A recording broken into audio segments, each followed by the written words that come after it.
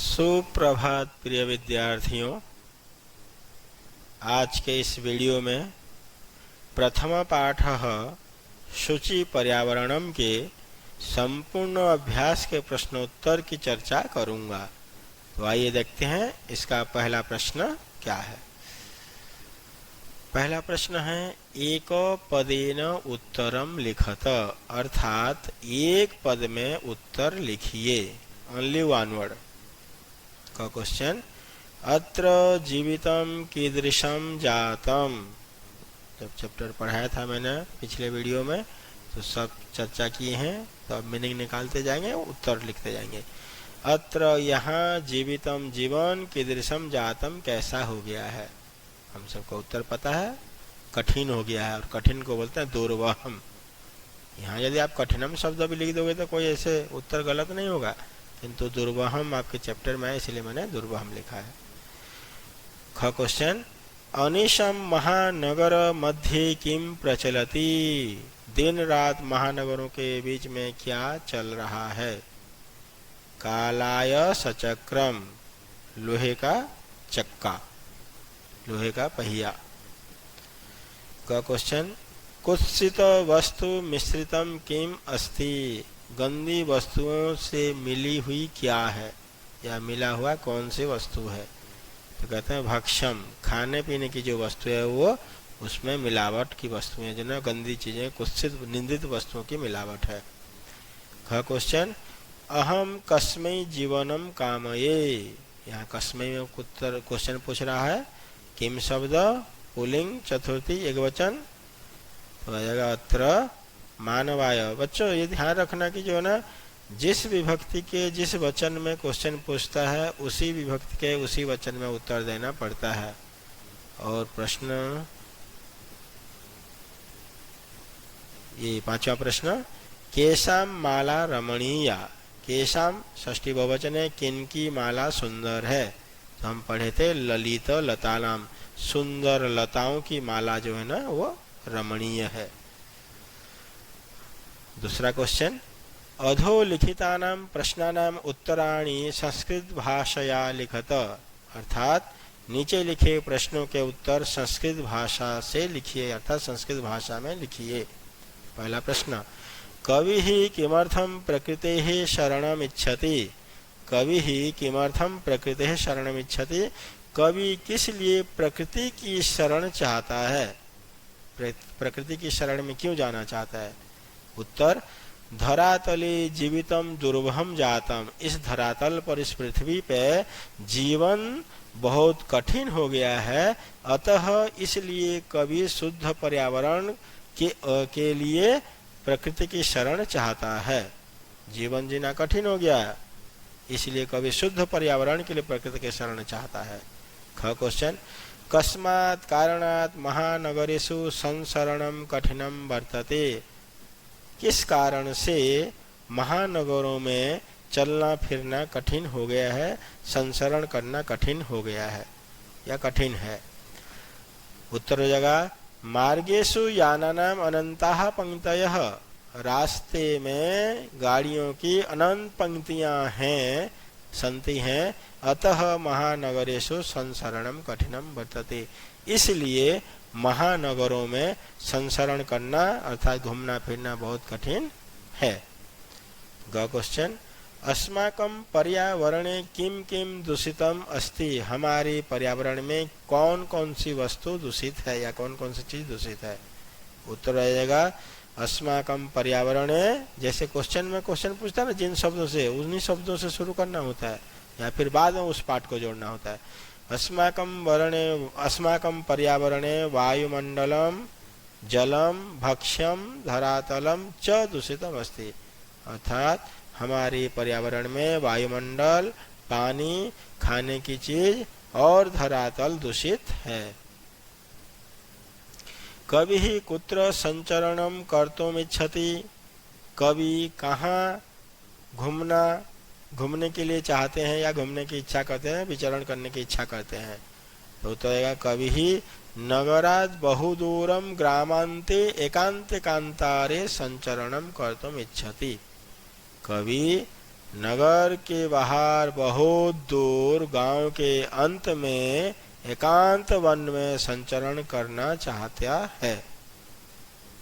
वह क्वेश्चन, स्वस्थ जीवनाय कीदृशे वातावरणे भ्रमणीयम, स्वस्थ जीवन के लिए कैसे वातावरण में भ्रमण करना चाहिए।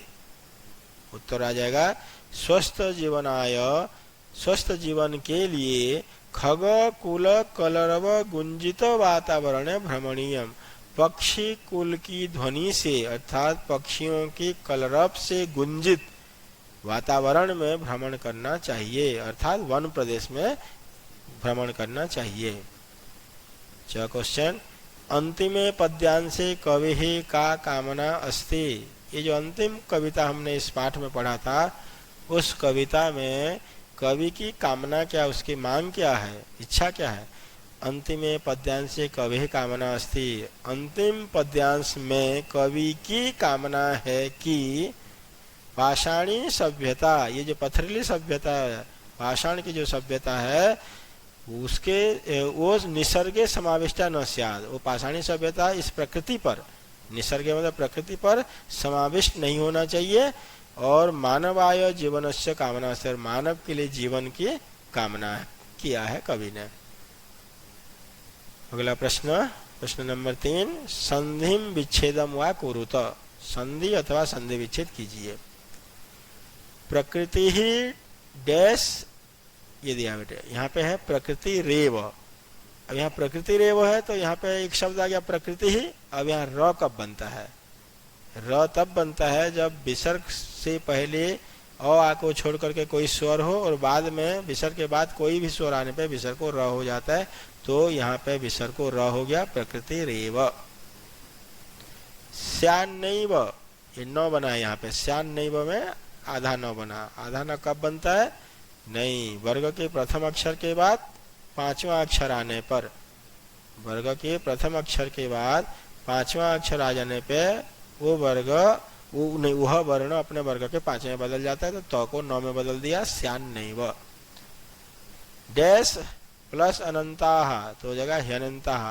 अब ह्य आधा ह हुआ है तो यहाँ यण संधि है, आधे अक्षर के बाद जब भी य आता है तो उस आधे अक्षर में ई की मात्रा लगा देते हैं, तो ही हो जाएगा ही प्लस अनंता ह्यनंताः। बहि प्लस अंतः प्लस जगति, इन सबको जोड़ना है, तो विसर्ग है, विसर्ग के बाद स्वर आ गया तो र हो जाएगा बहिरंतर, और यहाँ फिर विसर्ग फिर व्यंजन है तो विसर्ग को ये र हो जाएगा बहिरंतर जगति। डैश नगरात अस्मान नगरात, यहाँ पे वही वर्ग के प्रथम अक्षर को पांचवें अक्षर में बदल दिया अस्मान नगरात, ये प्रथम अक्षर है, इसी को पांचवें में बदल दिया अस्मान नगरात। सम प्लस चरणम, सम प्लस चरणम, जब भी हलंत म के बाद कोई भी वर्ग का अक्षर आता है तो हलंत म को उस वर्ग का पांचवा अक्षर हो जाता है। च का पांचवा अक्षर य, च छ ज य, तो हलंत म को य कर दिया संचरणम। धूमम मुंचति, ये आधा म है तो आधा म को इस तरह लिखेंगे धूमम मुंचति। चौथा क्वेश्चन, अधोलिखितानाम अव्ययानाम सहायतया रिक्त स्थानानि पूरयत, अर्थात नीचे लिखे अव्ययों की सहायता से रिक्त स्थान पूरा कीजिए। ये सब अव्यय हैं, और अव्यय किसे कहते हैं आप लोग जानते ही हैं, जिनके रूप लिंग विभक्ति वचन वगैरह नहीं चलते हैं वो अव्यय कहलाते हैं। मीनिंग देख लेंगे पहले। भृशम, भृशम का मतलब होता है बहुत ज्यादा, भृशम का मतलब अत्यधिक, ज्यादा, बहुत। यत्र जहाँ, तत्र वहाँ, अत्र यहाँ, अपि भी, एव सदा, नहीं सॉरी, एव मतलब ही, सदा हमेशा, बही बाहर। अब सेंटेंस को समझ करके हम लोग कौन सा अव्यय यहाँ पे लगेगा उसको देखते हैं।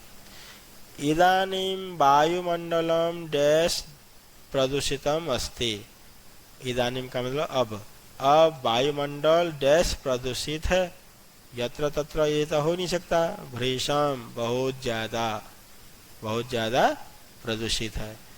डैश जीवनम दुर्वहम अस्ति, डैश जीवनम, जीवन दुर्वह है, कठिन हो गया है, यत्र नहीं हो सकता है, तत्र नहीं हो सकता है, अरे अत्र जीवनम दुर्वहम अस्ति, यहाँ जीवन बहुत कठिन हो गया है।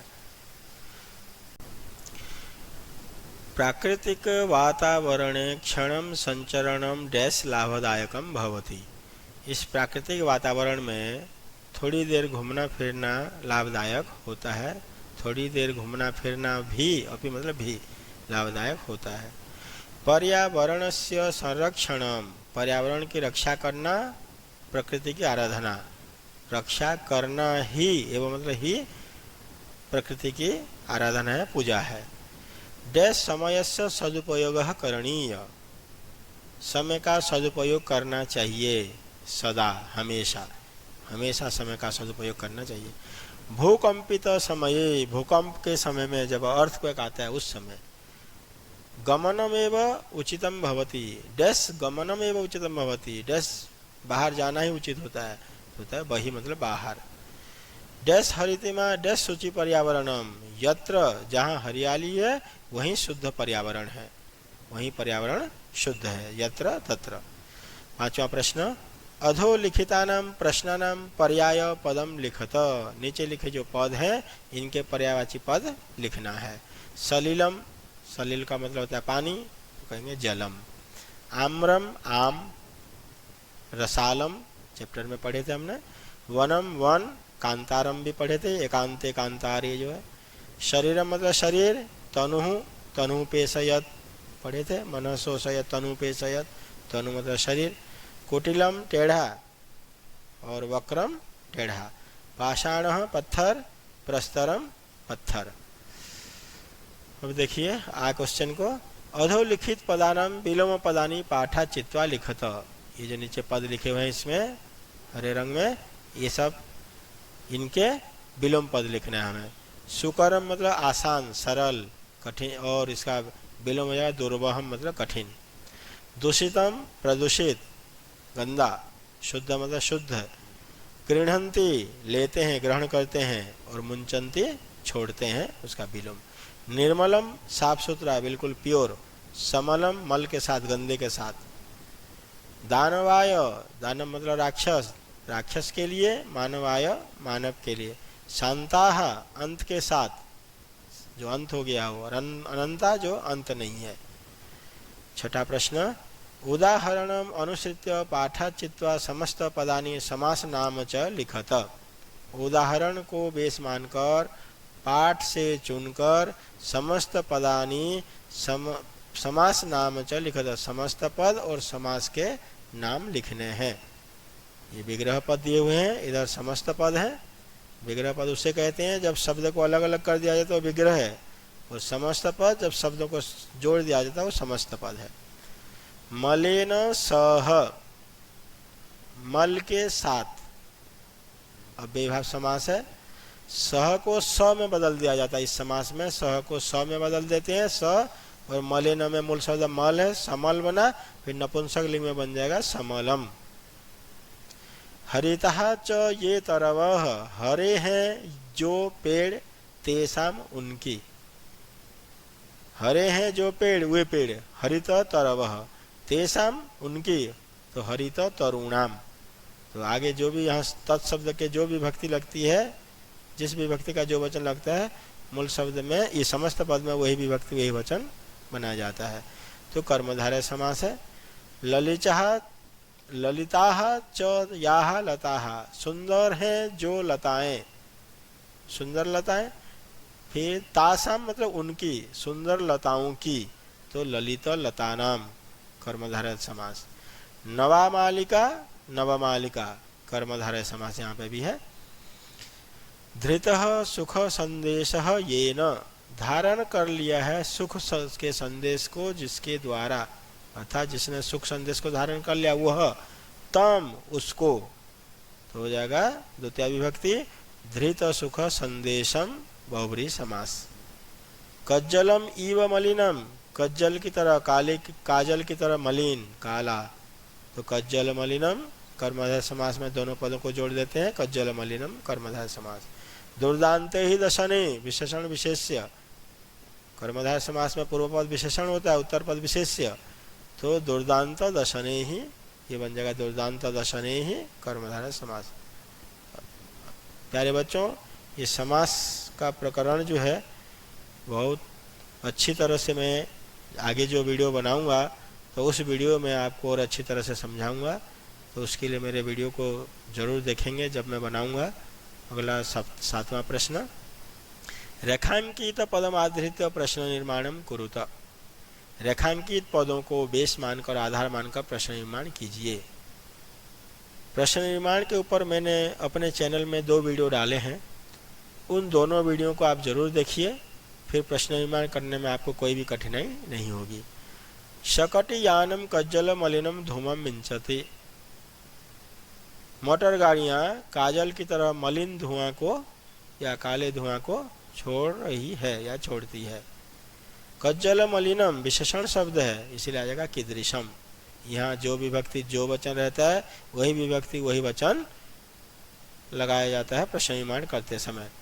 उद्याने पक्षिणाम कलरवम चेतः प्रसादयति।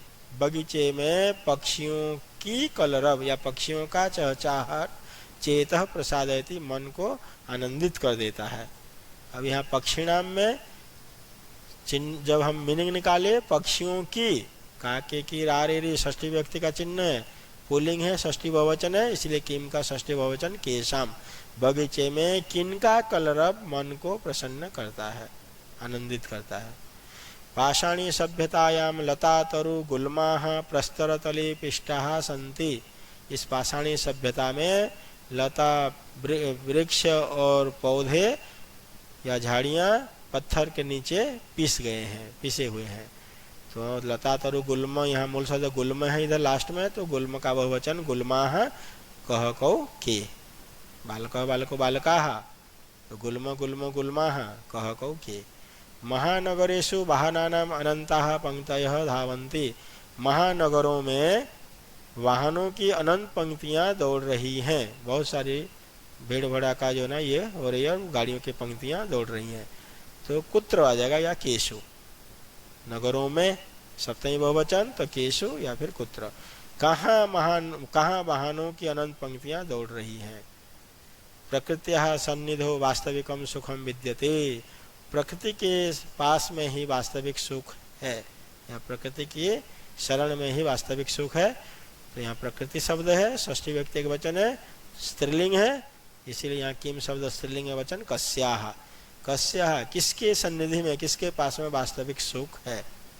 तो प्यारे बच्चों, यदि मेरा ये वीडियो आप सबको पसंद आया तो इसे लाइक कीजिए, शेयर कीजिए और मेरे चैनल को सब्सक्राइब जरूर कीजिए, जिससे कि मैं आगे जो भी वीडियो बनाऊंगा वो सब के सब वीडियो आप सबके पास पहुंचा सकूं।